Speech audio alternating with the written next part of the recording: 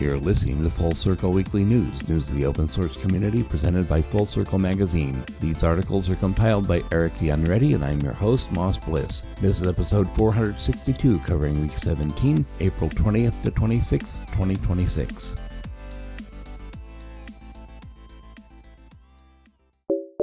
Kent Overstreet has published version 1.38.0 of the bcachefs file system. The release includes two packages, bcachefs-kernel-dkms, which contains a kernel module built using DKMS, the dynamic kernel module support system, and bcachefs-tools, which contains the user space bcachefs utility, which implements commands for creating, mounting, restoring, and verifying the file system. The packages are available for Debian and Ubuntu, and are expected for Arch Linux, Fedora, OpenSUSE, and NixOS. The DKMS module supports Linux kernels starting from 6.16. The bcachefs project is developing a file system aimed at combining the advanced functionality of Btrfs and ZFS with the performance, reliability, and scalability of XFS. bcachefs supports features such as multiple devices per partition, multi-layered storage layouts, a bottom layer with frequently accessed data based on fast SSDs, and a top layer with less frequently accessed data from hard drives, replication, RAID 1/10,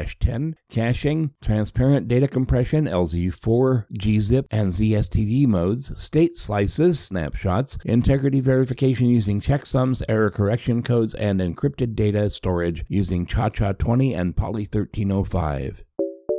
LXQT 2.4.0 has been released. The LXQT interface follows the classic desktop layout, but introduces a modern design and techniques that enhance usability. LXQT is positioned as lightweight, modular, fast, and user-friendly, and incorporating the best features of LXDE and RacerQT. The code is hosted on GitHub and is licensed under the GPL 2.0 Plus and LGPL 2.1 Plus licenses. Builds are expected for Ubuntu soon.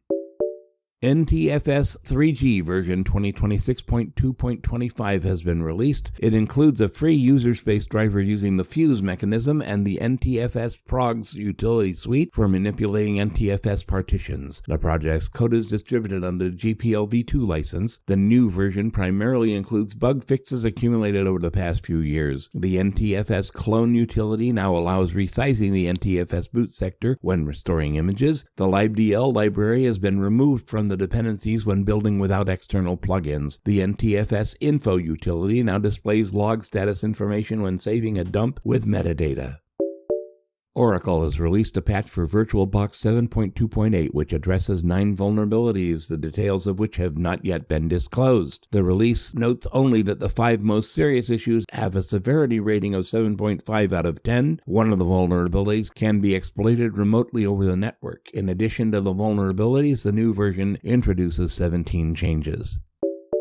Andrew Lunn has published a set of patches that remove all drivers for ISA and PCM-CIA Ethernet adapters from the kernel. Note that while the old drivers previously required little maintenance, the advent of advanced AI tools and fuzz testing systems used by novices to identify kernel bugs has increased the workload for maintainers. Andrew sees little point in patching old drivers that are likely no longer used and proposes removing them from the kernel. The patch set submitted for review removes 18 drivers for Ethernet devices with ISA and PCM-CIA interfaces manufactured before 2002. If approved by Linus Torvalds, the removal could be implemented in the Linux 7.2 kernel, scheduled for mid-August. QEMU 11.0.0 has been released. QEMU allows you to run a program built for one hardware platform on a system with a completely different architecture, for example, running an ARM application on an x86-compatible PC. In QEMU virtualization mode, code execution performance in an isolated environment is close to that of the native system due to direct instruction execution on the CPU and the use of the Xen hypervisor, the KVM module in Linux, or the NVMe module in NetBSD. The project was originally created by Fabrice Bellard to enable the execution of Linux executables built for the x86 platform on non-x86 architectures. Over the years of development, support for full emulation was added for 14 hardware architectures, and the number of emulated hardware devices exceeded 400. In preparation for version 11.0.0, over 2,500 changes from 237 developers were made. Ubuntu 26.04 Resolute Raccoon has been released. It is a long-term support or LTS release with updates provided for 15 years, 5 years for the general public, plus an additional 10 years for Ubuntu Pro users. Installation images are available for Ubuntu, Ubuntu Server, Lubuntu, Kubuntu, Ubuntu Budgie, Ubuntu Studio, Xubuntu, Ubuntu Chillin, Edubuntu, and Ubuntu Cinnamon.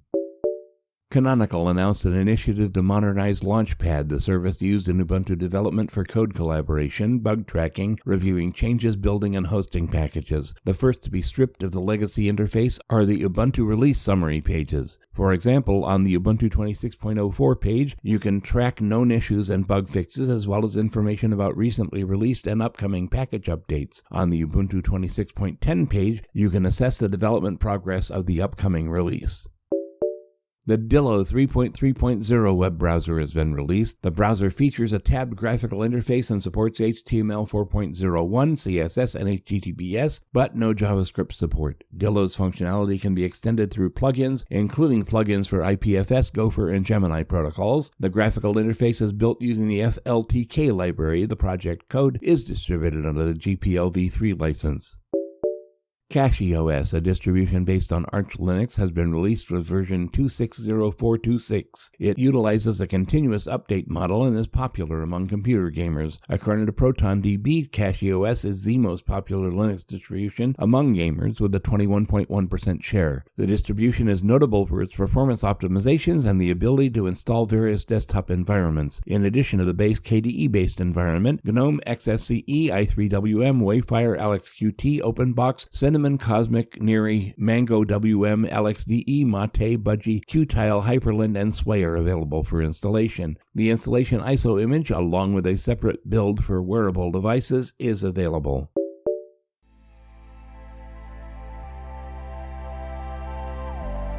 You've been listening to Full Circle Weekly News. For more details, see the next issue of the magazine at fullcirclemagazine.org or check the links in the show notes. You can contact me at bardmoss@pm.me. As usual, I'll be back next week.